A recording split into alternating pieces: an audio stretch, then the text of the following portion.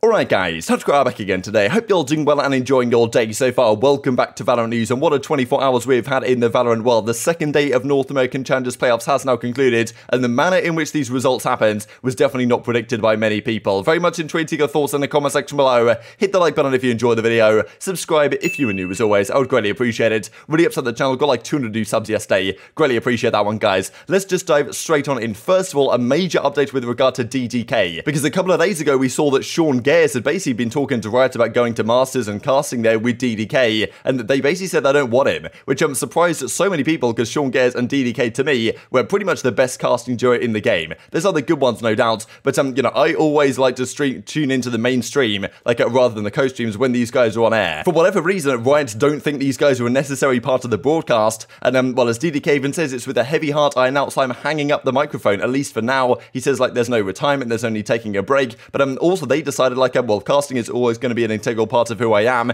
He says, no, after the current playoffs of VCT and Game Changers, he'll be away from the microphone. Learning that I wouldn't be a part of the first VCT LAN was a big factor, something I've known now for a while. So, like, a remarkable stuff. I don't really know what Riot are playing at here, because these guys, top of the game. DDK's been a fantastic caster in esports for so many years. Shame to see him go, but I'm sure he'll do great with whatever next he does. Maybe he could be a general manager for a team or something. But yeah, I'm really not sure what Riot are playing at, to be perfectly honest, because DDK and Sean Gares, to me, were the best of the best. They made every single series entertaining, so not even to have them there at the Masters, right, it is a big surprise to a lot of people. So look, we'll see how it goes. Hopefully he'll be back in business at some point or another, but you know, whatever he does next, I'm sure he's going to kill that regardless. Let's dive into, before we talk about the North American playoffs then, pretty much the final games that went down in the EMEA side, just to finally determine the seeding that we're going to have going into the EMEA playoffs. Now, well, Redguard makes a nice clutch right here against London United. Honestly, like M3C, which are Masters 3 champions, of course, the former Gambit team, still the Gambit team, but like not playing under Gambit anymore, given the situation in the world, they frankly dominated this situation without too much difficulty. Like, they were kind of backs against the wall to some degree. They had to win a couple of big series to make it happen. They don't have any issue at all doing that. They win the 2 series very comfortably that they need to win. They find themselves 4-1 then going into the playoffs. So this is the way the groups worked out in the end. Fnatic 5-0 in Group B. You've got FPX, M3 champions, of course, Gambit, Team Liquid, they make it through. And of course, Na'Vi, London, and Big don't make it through in Group A. Ascend, BBL, and Supermassive Blaze don't make it through from Group B. It's quite remarkable, the Ascend situation. But this then is what the bracket looks like. So in Europe, they've gone down a different route. Instead of having 8 teams at the playoffs, as in North America, only 6 teams are there, and the teams that tops the groups get a bye straight into the upper semi-finals. So, well, you've got Gambit versus Guild in upper round 1,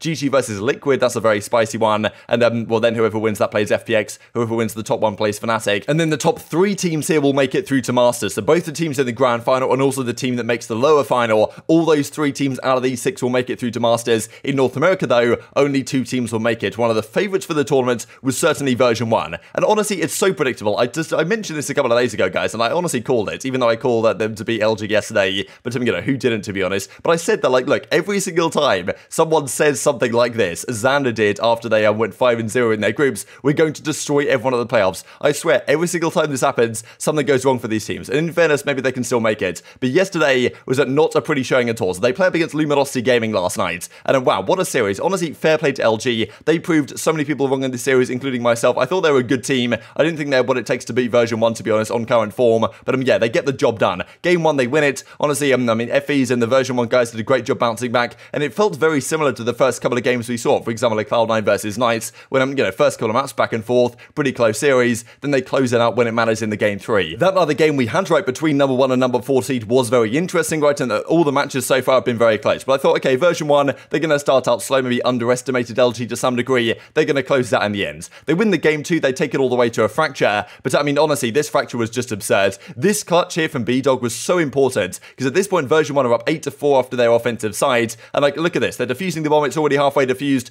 BDog, after getting 1 kill already with a headhunter, comes through with a 4K through the smoke with the classic. Like, what is that about? I have no idea how he even managed to pull that off. Just seemed like he had A-bot, to be honest, perfectly tracking through the smoke. Like, of course he didn't, but it was just an absolutely phenomenal shot. So this BDog guy, man, such an entertaining character to watch. Like, when he joined this team, there was a lot of excitement about that. Really, well, he's shown some good things so far, but this was such a critical moment to win this pistol round. Like, the critical moment of the game, no doubt. Even the final shot was absolutely disgusting as well. Like, well, poor Penny comes out to try and block some of the bullets. Doesn't work out from at all. And then they go on to lose this map as well. It goes all the way to overtime. 15-13, I believe it ended up in favor of LG. And version 1, after going 5-0 in the groups, they fall down 2-1 to LG. As Xander says, we played really sloppy, messed up a lot of rounds. Lower bracket run 1 starts now, so they can still make it through. Zeltis still has confidence, right? He tweets this out, which I believe was from Stage 2 Challengers playoffs last year, where they made the run all the way through the lower bracket, beating Ambox, NRG, Envy, Cloud9, and then losing to Sentinels. But this was enough, of course, to send them all the way through to Masters Reykjavik. So, of course, they could do the same thing again. It's still on the cards. It's double elimination. But yes, does not have the greatest start at all, especially in a series they were very much expected to win. And this sets up an absolute gauntlet already in the lower brackets that we will look at here in a second. So, yes, 2-1 LG. Like, what a series from them.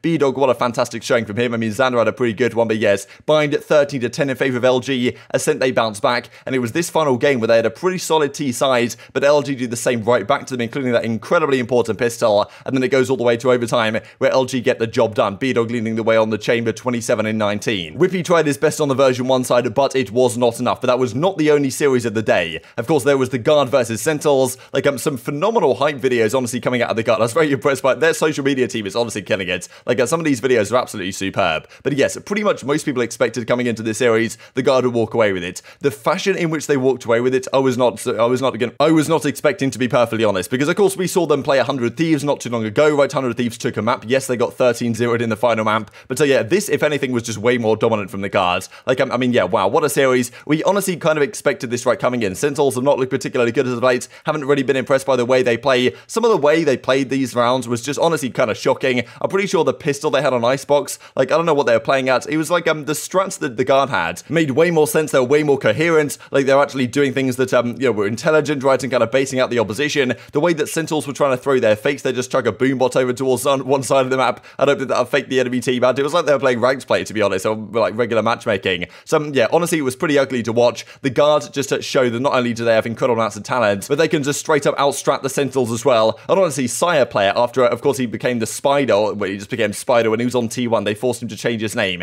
This guy, like, this was probably one of the biggest, it's crazy to say it, jet diffs that we have seen in professional play between Sire and Tent in the series, right? Like, at the game 1, the Guard made some great plays. I mean, Trent, obviously, well, classic 3K from Trent. He just gets the job done. Pretty comfortable advantage for the Guard. They close this map out, and then we go into the game 2. They close it out 13-6 here on the Bind. Interesting composition as well from the Sentinels guys, because they didn't really have anyone with a flash, which, you know, was also a bit strange, right? Like, the composition there was maybe a little bit questionable. Honestly, the Sentinels guys seem very restricted on the agents they can use. Outside of Sick, who is very kind of versatile, the rest of the team is just so predictable in what they bring to the party. And yeah, okay, first game 13-6, okay, could Sentinels bounce back? They've kind of made a habit of losing the first map in series at this point, but the Guard honestly don't slow down. This game 2 was brutal. I thought, okay, it's going to Icebox, Sentinels, they should bounce back here, but again, that was not the case at all. They get completely crushed off the face of the earth. 6-1 to the Guard at this point, and even at this point, right, Zekken was like, what is Sentinels even doing? Because they were making some shambolic plays. Honestly, felt like they basically just had got in their own head and lost the plot. Like, they were just down so hard, they felt like the series was already over. I don't know what the comms was like in some of these situations, but it can't have been pretty for these Sentinels guys, because it very much felt like they almost gave up towards the end of this game.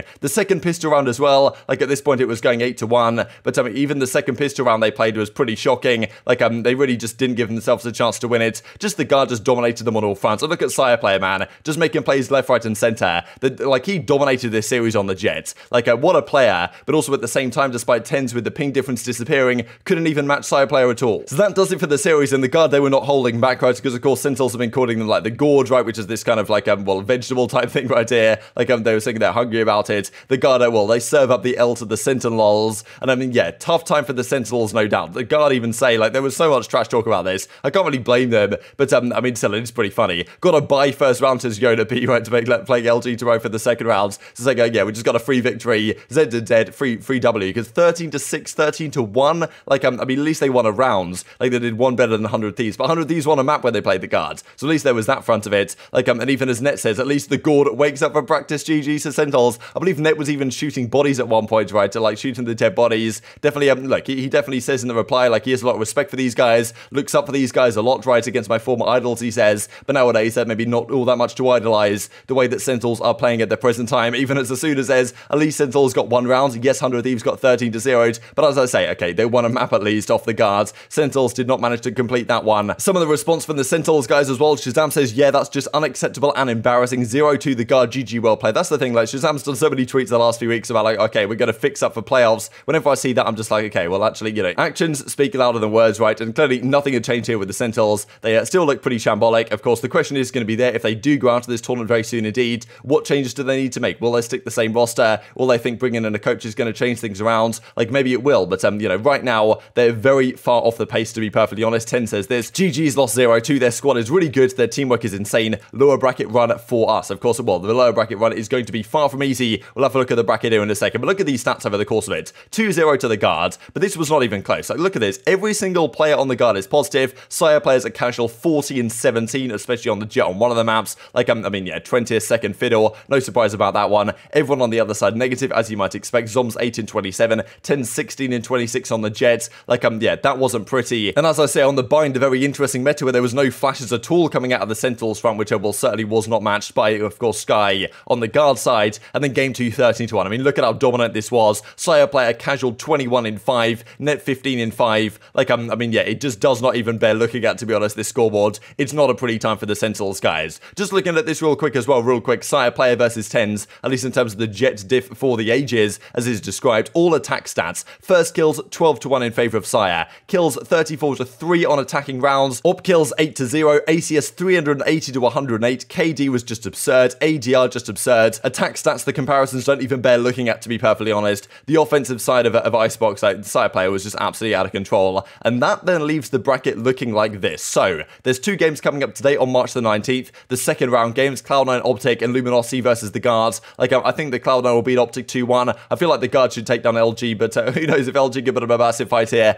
as they did yesterday against version 1. But what this really means is the lower bracket now looks like this, because well, version 1 and Sentinels losing, that means these 2 teams will battle in the first round. So one of version 1 and Sentinels, most people would argue Sentinels right now, and probably for good reason, will go out in the very first round of this tournament in, well, getting double first rounded, and not even getting close to getting to the lower final and to the grand final, which is required if these teams want to make it through to Masters. So arguably Sentinels right now in dire straits. What do you do about this team? Can they possibly take down version 1? Very much intrigued to your thoughts on all this stuff in the comment section below. I hope you guys enjoyed the video. If you did enjoy it, hitting the like button tells the YouTube gods it's a good video. Others like you should see it as well, and help grow the competitive Valorant community. Thank you for watching as always. Take care, and I will see you next time.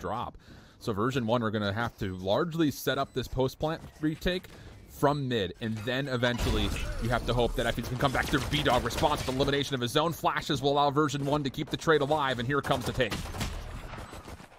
Yeah, it's not working out there from that push from Sanson. And the DPs is getting stolen. Whoa! Oh my goodness, what is that from B-Dog? And Ace, I don't know what's going on.